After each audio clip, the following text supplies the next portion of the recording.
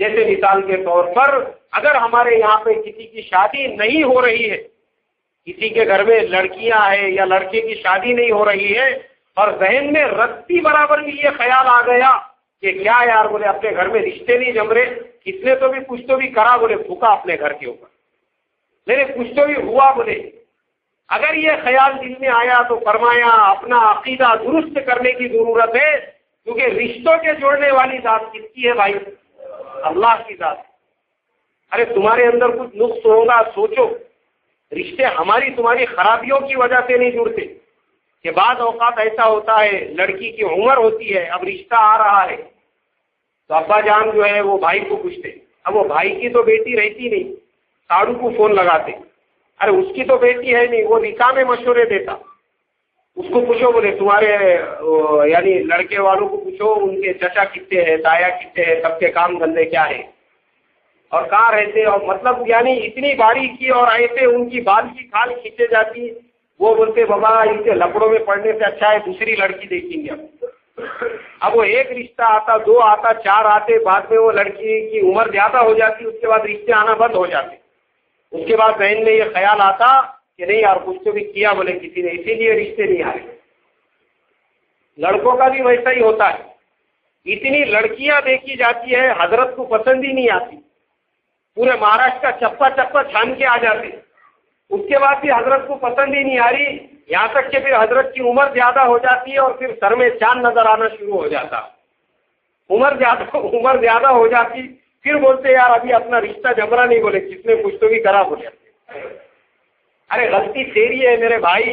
اللہ نے جب تیرا وقت دیا تھا اور اللہ نے جب موقع دیا تھا اس وقت تو نے جو ہے اجلت نہیں کی، اس وقت میں تو ایسے نخرے کر رہا تھا جیسا سکندر اعظم کی اولاد ہے، اور اس سے زیادہ خوبصورت تو دنیا میں کوئی نہیں ہے بولے،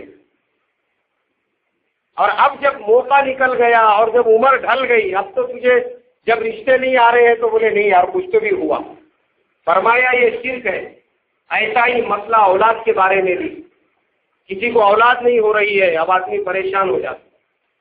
ارے بولے اولاد نہیں ہو رہی، پھر وہ شک کیا جاتا۔ یاد رکھو یہ جو عاملین ہے نا، جو لیمبو تعویذ کا دھندا کرنے والے، یہ سب سے بڑے شیطان ہے، یہ مسلمانوں کے عقیدے خراب کرنے والے اور خود کا پیٹ بھرنے والے ہیں، یہ مسلمانوں کا ایمان بیچ بیچ کے۔ ان کو کچھ نہیں پڑی ہوئی ہے اس بات سے کہ مسلمان کدھر جا رہے ہیں، بلکہ ان کو اس بات کی فکر ہے کہ اپنے کو کیا کرنے کا لوگوں سے، بولے اپنا دھندا جم کے چل رہا نا بس۔ اور یہ اتنے بڑے مفسد، میں نے شیطان اس لیے کہا کہ جھگڑے لگانے میں نمبر 1، ساس بہو میں جھگڑے لگانے کا کام، ننند اور بھاوج میں جھگڑے لگانے کا کام، ماں بیٹی میں جھگڑے لگانے کا کام، پڑوسی میں جھگڑے لگانے، ان کا کام ہی جھگڑے لگانے کا۔ ان کو معلوم ہے ان کے جھگڑے جب تک چلتے رہیں گے اس وقت تک ہماری دکان سرسبز و شاداب رہے گی۔ اب اولاد نہیں ہو رہی ہے تو پھر وہ بیچارے، اب عقیدے اتنے خراب ہیں، لوگ فوراً ایسے لوگوں کے پاس میں پہنچ جاتے ہیں، اور پہلا فارمولا وہ یہی دیتے کہ تمہارے قریب کا ہی کوئی رشتہ دار ہے، اس نے تمہارے بال لے کے اس کو چوکھٹ میں دفن کر دیا ہے، جب تک میں اس کو جلا نہیں دیتا اس وقت تک بچے نہیں ہو سکتے، کیونکہ گانٹ بہت پکی باندھے ہوئی ہے وہاں، اور وہ میرے کو ہی، اب آپ کیسا جلائیں گے اس کو؟ نہیں، اس کے لیے آپ کو کچھ خرچ کرنا پڑے گا،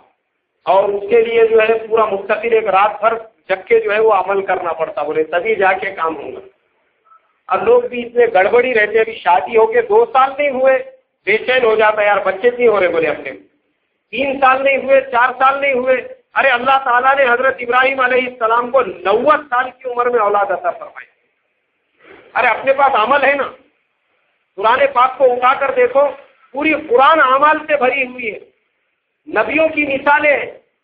اللہ تعالیٰ نے زکریا علیہ السلام کی دعا، اولاد نہیں ہو رہی ہے تو دعا کی، ربی حبلی من الصالحین۔ مولانا اشرف علی صاحب تھانوی رحمۃ اللہ علیہ نے لکھا ہے، جس آدمی کو اولاد نہ ہو وہ ہر فرض نماز کے بعد 11 مرتبہ یہ آیت پڑھے، ربی حبلی من الصالحین، یہ حضرت ابراہیم علیہ السلام کی دعا۔ پھر اللہ نے فبشرناہ بغلام حلیم، اللہ نے کہا کہ پھر ہم نے تم کو ایک لڑکے کی خوشخبری دے دی۔ ہم بھی یہ دعا کرتے رہیں گے، اللہ کی طرف سے خوشخبری کی آواز آئیں گی، پھر ندا آئیں گی اور اللہ دیں گے اولاد۔ یہ اعمال ہے کرنے کے، فرض نماز ہو گئی، دھیان لگا کے 2 دانوریاں ماٹی ڈال کے بیٹھنے کا، منڈی جھکا کے نیچے، اور پورا دھیان لگانے کا کہ میں جو دعا پڑھ رہا ہوں یہ دعا اللہ تعالیٰ سن رہے ہیں۔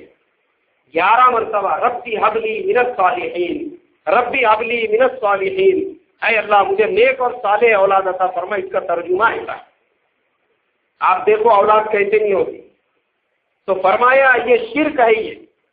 کہ اولاد کے لیے اللہ کے دربار کو چھوڑ کر غیر اللہ کے پاس جانا اور یہ سوچنا کہ کسی کے کچھ کرنے سے مجھے اولاد ہو جائے گی یا اللہ تعالیٰ